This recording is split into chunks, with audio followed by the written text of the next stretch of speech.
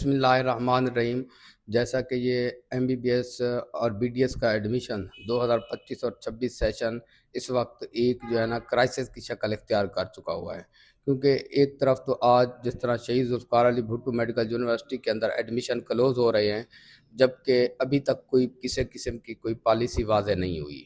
ابھی تک P M D C نے اور جو پٹیشن دائر کی ہوئی تھی لاہور ہائی کورٹ کے اندر، اسلام آباد ہائی کورٹ کے اندر، اس کا کوئی واضح ڈیسیژن نہیں آیا.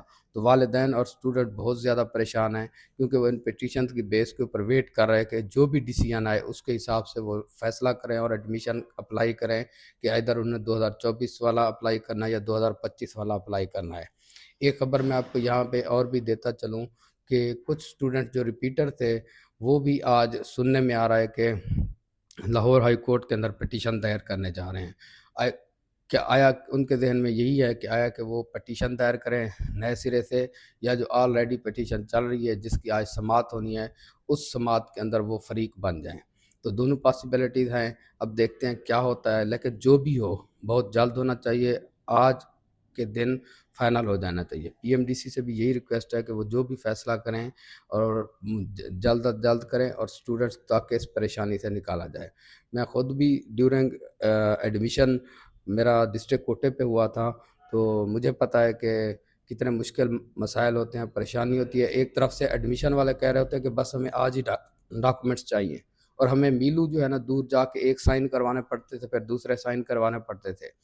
آج جب کہ آخری ڈیٹ ہے شہید ذوالفقار علی بھٹو میڈیکل یونیورسٹی کی، تو جب آپ اپلائی کرتے ہیں، اپلائی کے آگے بھی پھر مسائل ہیں کہ یوٹیلیٹی بل لگائیں، فلاں لگائیں، فلاں لگائیں، اس بینک کی رسید لگائیں، اس بینک کی رسید لگائیں. تو اس طرح کے مسائل بھی ابھی اسٹوڈنٹس فیس کر رہے ہیں.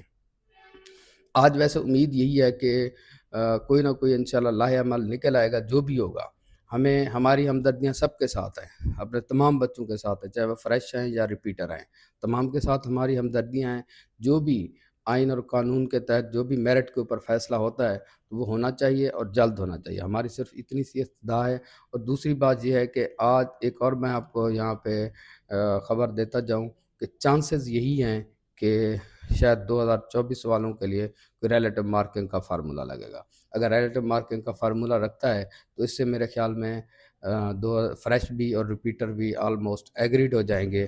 اور یہ جو کرائسس بنا ہوا ہے اس وقت، اور ریئلی یہ کرائسس ہے اس وقت، ریئلی یہ کرائسس چل رہا ہے کہ ایک طرف ایڈمیشن ڈیٹس کلوز ہو رہی ہیں اور دوسری طرف ابھی تک کوئی کسی قسم کی پالیسی واضح نہیں ہے. اور اسٹوڈنٹس اور والدین اس ضمن میں پریشان ہیں کہ وہ اب اپلائی کیسے کریں، کس چیز کو ترجیح دیں.